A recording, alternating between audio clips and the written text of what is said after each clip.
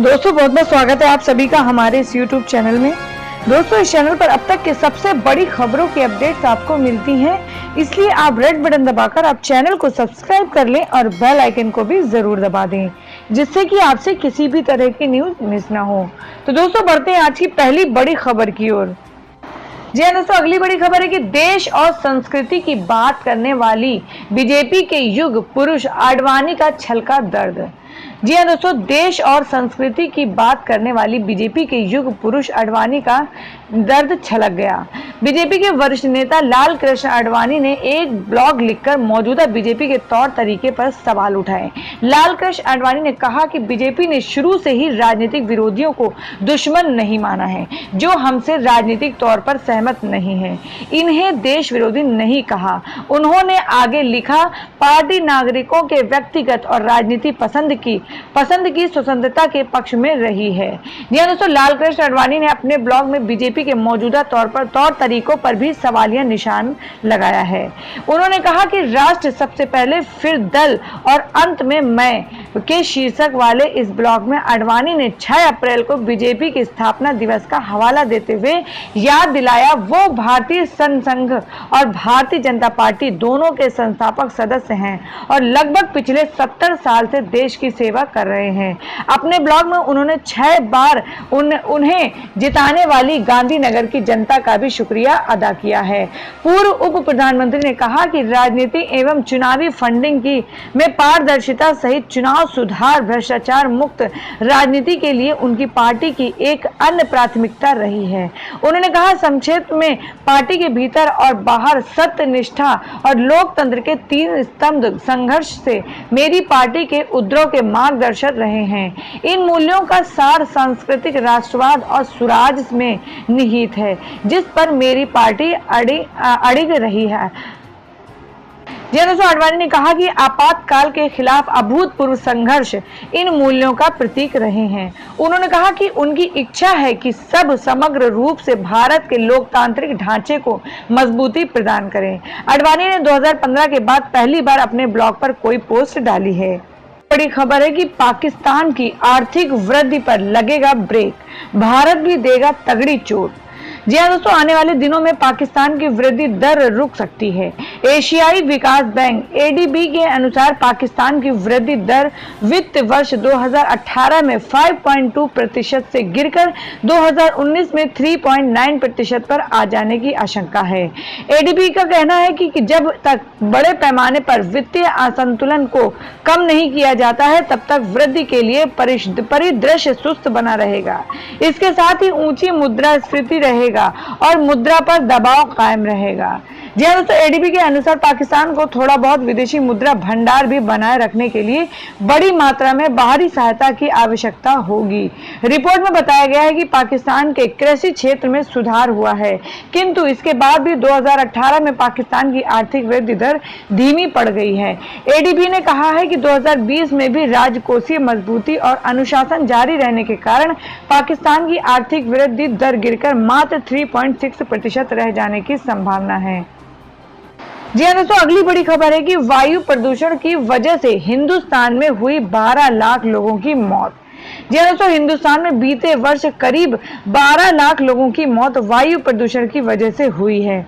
वायु प्रदूषण पर आई एक वैश्विक रिपोर्ट में यह जानकारी दी गई है। स्टेट ऑफ ग्लोबल एयर 2019 के मुताबिक लंबे समय तक घर से बाहर रहने या घर में वायु प्रदूषण की वजह से 2017 में स्ट्रोक, मधुमेह, दिल का दौरा, फेफड़े के कैंसर या फेफड़े की पुरानी बीमारियों से करीब पूरी संसार में करीब 50 लाख लोगों की मौत हुई है। सीधे तौर पर PM से जुड़ी है 30 लाख मौतें।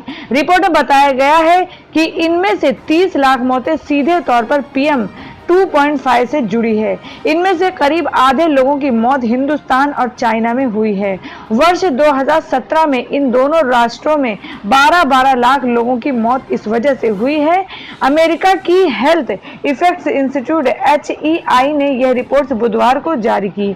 इसमें बताया गया है कि हिंदुस्तान में सेहत संबंधी खतरों से होने वाली मौतों का तीसरा सबसे बड़ा कारण वायु प्रदूषण व इसके बाद धूम्रपान है। रिपोर्ट के मुताबिक इस वजह से दक्षिण एशिया में मौजूदा स्थिति में जन्म लेने वाले बच्चे की जिंदगी 2.5 वर्ष कम हो जाएगा। वहीं वैश्विक जिंदगी प्रत्याशा में 20 महीने की कमी आएगी। संस्थान का कहना है कि हिंदुस्तान गवर्नमेंट द्वारा प्रदूषण से निपटने के लिए प्रारंभ की गई पीएम उज्ज्वला योजना, घरेलू एलपीजी कार्यक्रम, स्वच्छ वाहन मानक व नया राष्ट्रीय स्वच्छ वायु प्रोग्राम से आने वाले सालों में लोगों को जरूरी सेहत फायदा मिलेगा। जी हाँ दोस्तों, अगली बड़ी खबर है कि लंबी पारी खेलने आया हूं, ना कि प्रधानमंत्री मोदी की तरह झूठ बोलने। जी हाँ दोस्तों, पूर्व रक्षा मंत्री मनोहर पर्रिकर को राफेल सौदे में भ्रष्टाचार होने की बात पता होने के दावा करते हुए कांग्रेस अध्यक्ष राहुल गांधी ने बृहस्पतिवार को कहा कि अगर उनकी पार्टी केंद्र में सत्ता में आई तो इस सौदे की जांच की जाएगी। गांधी ने नागपुर में एक रैली में आरोप लगाया कि प्रधानमंत्री नरेंद्र मोदी ने लड़ाकू विमान खरीद सौदे में बदलाव किया, जिसकी वजह से इसके दाम बढ़ गए। उन्होंने कहा, मैं आपको बता रहा हूं कि चुनाव के बाद जांच शुरू होगी और चौकीदार जेल में होंगे। गांधी ने कहा, रक्षा मंत्रालय का दस्तावेज बताता है कि नरेंद्र मोदी ने मूल सौदे में बदलाव किया और एक विमान 1600 करोड़ रुपए में खरीदा। राफेल मुद्दे पर अनिल अंबानी को निशाना बनाते हुए गांधी ने कहा कि रक्षा निर्माण में उद्योगपति की विशेषज्ञता नहीं है, उनका व्यवसाय विफल हो गया और उनके पास धन नहीं है, फिर भी उन्हें सबसे बड़ा रक्षा ठेका मिला। उन्होंने कहा कि महत्वाकांक्षी न्याय योजना को विशेषज्ञों से विचार विमर्श करने के बाद ही अंतिम रूप से दिया गया। गांधी ने कहा कि कांग्रेस अगर सत्ता में आती है तो योजना के तहत गरीब भारतीय परिवारों के खाते में वार्षिक 72,000 रुपए जमा कराए जाएंगे। कांग्रेस नेता ने कहा कि वह यहां लंबी पारी खेलने आए हैं, ना कि प्रधानमंत्री नरेंद्र मोदी की तरह झूठ बोलने में विश्वास रखते हैं। गांधी ने कहा कि विशेषज्ञों से बात करने के बाद ही न्याय योजना के तहत गरीब परिवार को 72,000 रुपए वार्षिक देने का वादा किया गया है। कांग्रेस प्रमुख ने कहा कि योजना को लागू करने से अर्थव्यवस्था प्रभावित नहीं होगी। गांधी ने कहा कि योजना गरीबी पर सर्जिकल स्ट्राइक साबित होगी। गांधी ने कहा कि झूठ का फंडाफोड़ हो जाता है। उन्होंने कहा कि कांग्रेस जहां भारत के लोगों के लिए काम करना चाहती है, वहीं बीजेपी खोखले वादे करती है। जी हाँ दोस्तों, अगली बड़ी खबर है कि ईवीएम पर फैसले के अनुपालन में आ सकती है व्यवहारिक अड़चनें। जी हाँ दोस्तों, उच्चतम न्यायालय के कर्मचारी पेंशन योजना ईपीएस से संबंधित गत सोमवार के फैसले से निजी क्षेत्र के कर्मचारियों की पेंशन में भारी बढ़ोतरी का रास्ता साफ तो हो गया है, बशर्ते कुछ व्यवहारिक अड़चनें दूर हो जाएं। अभी सरकारी और निजी क्षेत्र के कर्मचारियों की पेंशन के बीच कोई तुलना नहीं है। अच्छी खासी तनख्वाह पाने वाले निजी क्षेत्र के कर्मचारियों को भी पेंशन नामपत्र ही मिलती है। न्यायालय ने कर्मचारी भविष्य निधि संगठन ईपीएफओ की वह याचिका खारिज कर दी जो उसने केरल उच्च न्यायालय के फैसले के खिलाफ दी थी। उच्च न्यायालय ने सेवानिवृत्त हुए सभी कर्मचारियों को उनके वेतन के हिसाब से पेंशन देने का आदेश दिया था। इस आदेश के बाद निजी कर्मचारियों के पेंशन की गणना पूरे वेतन के आधार पर होगी। इस बाबत न्यायालय के फैसले का यह मतलब नहीं है कि कर्मचारी भविष्य निधि में योगदान करने वालों को अचानक बहुत बड़ा फायदा होगा। अगर वे ज्यादा पेंशन के विकल्प को चुनते हैं तो उन्हें अपने भविष्य निधि की राशि के बड़े हिस्से से हाथ धोना भी पड़ेगा। सरकार ने 1995 में संगठित क्षेत्र में काम करने वालों के लिए ईपीएस शुरू की थी, जिसमें कंपनी को कर्मचारी के मूल वेतन का 8.33% हिस्सा जमा करना होता था। फिर इसे 6,500 रुपए का 8.33% कर दिया गया। इसके बाद नियमों में बदलाव करते हुए कहा गया कि कंपनी और कर्मचारी आपसी सहमति से अपने वेतन का जितना भी हिस्सा चाहें पेंशन फंड में जमा कर सकते हैं। जी हाँ दोस्तों, अगली बड़ी खबर है कि बीजेपी को 2 सीट से सत्ता के शीर्ष तक पहुंचाने वाले लाल कृष्ण आडवाणी अब कभी नहीं कर पाएंगे ये काम। जी हाँ, लोकसभा चुनाव 2019 का चुनाव इस बार बीजेपी अपने 2 बड़े दिग्गजों के बिना लड़ रही है, मुरली मनोहर जोशी और लाल कृष्ण आडवाणी। गांधीनगर से आडवाणी और कानपुर से मुरली मनोहर जोशी का पत्ता बीजेपी ने काट दिया है। गुजरात की गांधीनगर से पिछले 25 साल से लगातार लाल कृष्ण आडवाणी बम्पर वोटों के साथ चुनाव जीतते आ रहे थे। यदि वह इस बार फिर से गांधीनगर सीट से जीतकर आते तो वह एक ही सीट से लगातार 6 बार जीतने वाले सांसद बन जाते जो आपके रिकॉर्ड में होता। जी हाँ दोस्तों, बीजेपी के दिग्गज नेता और मार्गदर्शक लालकृष्ण आडवाणी 1947 में आरएसएस की कराची शाखा के सचिव थे। 1967 में नगर निगम दिल्ली के चेयरमैन और 1970 में पहली बार राज्यसभा सदस्य चुने गए। वह 4 बार राज्यसभा और 7 बार लोकसभा सदस्य चुने जा चुके हैं। इसके अलावा उन्होंने राज्यसभा में विपक्ष के नेता, लोकसभा में विपक्ष के नेता, उप प्रधानमंत्री, गृह मंत्री और बीजेपी के राष्ट्रीय अध्यक्ष जैसी बड़ी जिम्मेदारियां संभाली हैं। बीजेपी को राष्ट्रीय राजनीति में आगे ले जाने में लालकृष्ण आडवाणी का बड़ा योगदान है। चूंकि लालकृष्ण आडवाणी अब 91 वर्ष के हो चुके हैं और वह अभी सबसे उम्रदराज सांसद हैं। ऐसे में यदि वे एक बार फिर लोकसभा चुनाव लड़ते और जीत कर आते तो अब तक के सबसे ज्यादा उम्र के सांसद होने का रिकॉर्ड उनके नाम होता।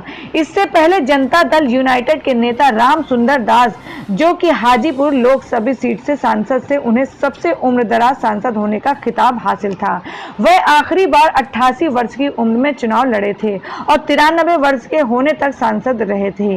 बीजेपी के दिग्गज नेता एल.के. आडवाणी और डॉक्टर मुरली मनोहर जोशी और पूर्व प्रधानमंत्री स्वर्गीय अटल बिहारी वाजपेयी को बीजेपी के टॉप 3 नेता माना जाता है। लेकिन 2014 के लोकसभा चुनाव में 75 साल वाली पार्टी की नीति के कारण आडवाणी और जोशी दोनों की सरकारी संस्था में मंत्री जैसी जिम्मेदारी नहीं मिली, बल्कि उनके लिए एक मार्गदर्शक मंडल बनाकर उन्हें मार्गदर्शक बना दिया गया है।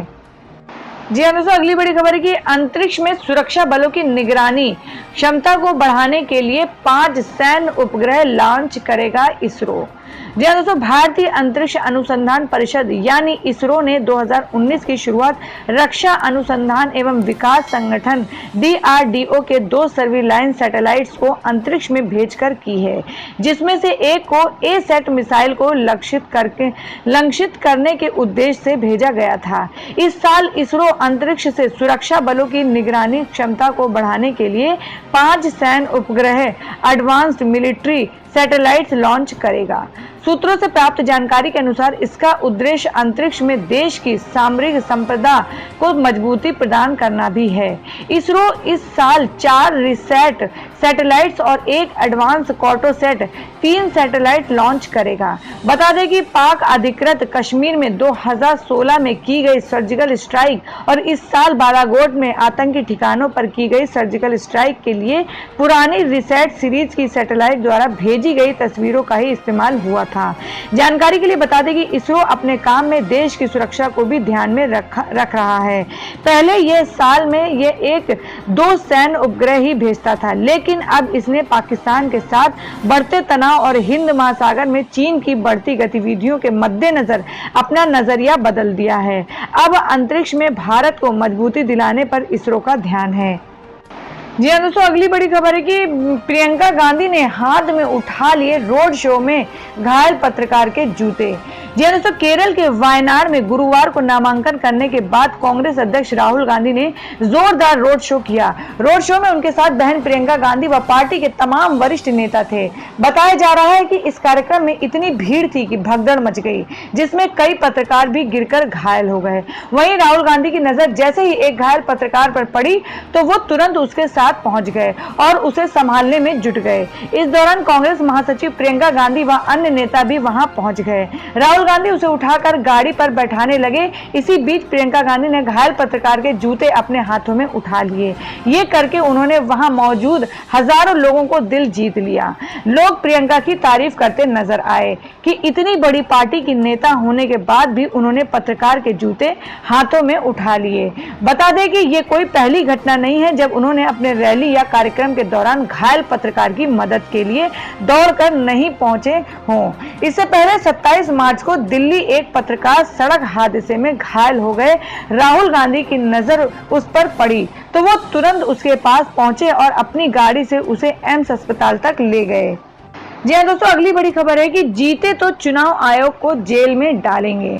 जी हां, भारत बहुजन महासंघ बीबीएम प्रमुख प्रकाश अंबेडकर ने गुरुवार को कहा कि अगर वे सत्ता में आए तो उनकी पार्टी चुनाव के दौरान पुलवामा हमले का संदर्भ देने पर प्रतिबंध लगाने के लिए चुनाव आयोग को जेल में डाल देगी।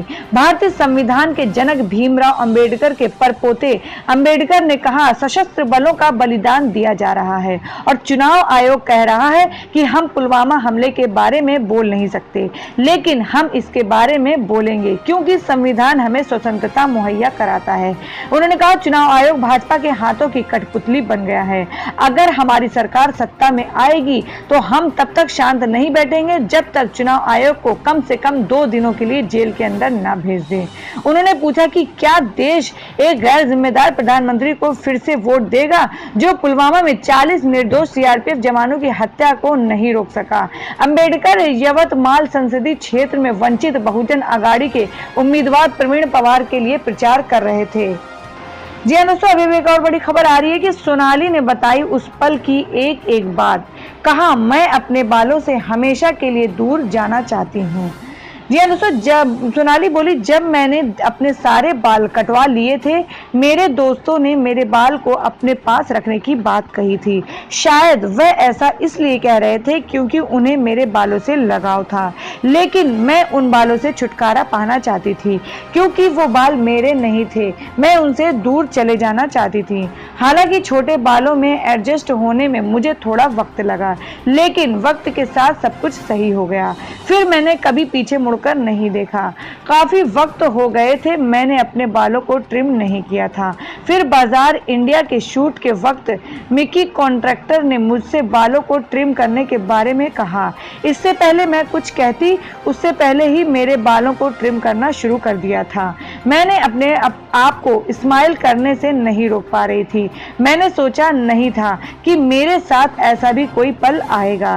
कैंसर ट्रीटमेंट के दौरान एक पल ऐसा भी आया था जब बेहद दर्द हुआ था। मुझे शारीरिक दर्द से कहीं ज्यादा मानसिक दर्द हुआ था। ऐसा नहीं था कि मेरी पूरी कैंसर जर्नी सनशाइन से भरी थी। ये काफी दर्द भरा भी था। कीमोथेरेपी मुश्किल रही थी।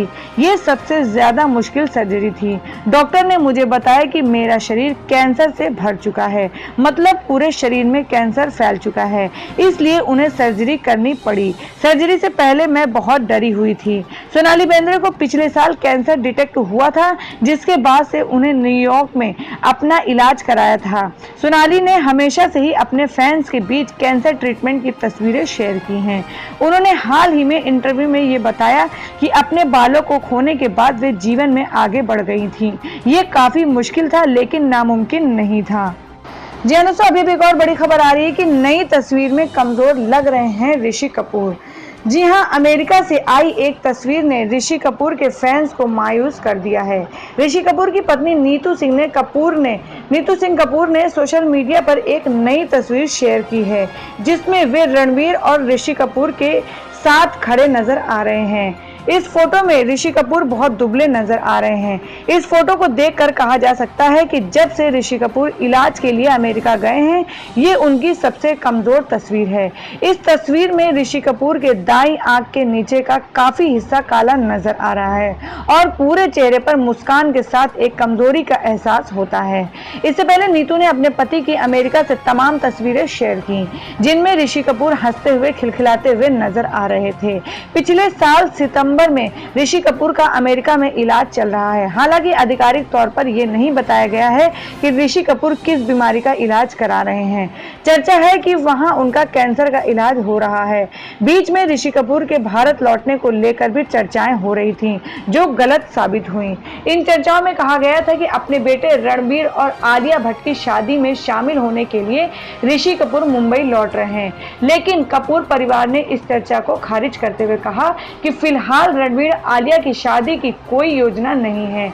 रणबीर के दोस्त इस बात की पुष्टि करते हैं कि अपने पिता की पूरी तरह से स्वस्थ होने तक रणबीर शादी नहीं करेंगे। ऋषि कपूर से अमेरिका के अस्पताल में बॉलीवुड के कई सितारों ने मुलाकात की है, जिनमें अनुपम खेर, प्रियंका चोपड़ा और आमिर खान प्रमुख हैं। जी हां दोस्तों, अगली बड़ी खबर है कि आईपीएल मैच में स्टेडियम के बाहर दिखा मैं भी चौकीदार कैंपेन का असर। जी हां दोस्तों, राजधानी के फिरोजगांव कोटला में गुरुवार को दिल्ली कैपिटल्स और हैदराबाद सनराइजर्स के खिलाफ मैच के दौरान स्टेडियम के अंदर हालांकि क्रिकेट का रोमांच चल रहा था, लेकिन स्टेडियम के बाहर प्रधानमंत्री नरेंद्र मोदी का मैं भी चौकीदार कैंपेन जोरों पर दिखा। स्टेडियम के बाहर कुछ लोग मैं भी चौकीदार लिखा टी शर्ट पहने हुए थे और बाहर इस टी शर्ट को बांट भी रहे थे। उल्लेखनीय है कि कांग्रेस अध्यक्ष राहुल गांधी द्वारा चौकीदार चोर है के बयानों के बाद भारतीय जनता पार्टी भाजपा ने इसका बेहद आक्रामक तरीके से जवाब देते हुए मैं भी चौकीदार अभियान की शुरुआत की है। तो दोस्तों, इसी तरह से खबरों से संबंधित सवालों के लिए हमें कमेंट करके जरूर बताएं और आप किस राज्य और किस शहर से उसे भी कमेंट बॉक्स में जरूर बताएं, ताकि हम आपके राज्य और आपके शहर की हर न्यूज आप तक पहुंचा सकें। और अब की आप प्रधानमंत्री के रूप में किसे देखना पसंद करते हैं उसे भी कमेंट बॉक्स में जरूर लिखें। और अगर आपने हमारे चैनल को सब्सक्राइब नहीं किया है तो रेड बटन दबाकर हमारे चैनल को सब्सक्राइब कर लें और बेल आइकन को भी जरूर प्रेस कर दें, जिससे कि आपसे किसी भी तरह की न्यूज मिस ना हो।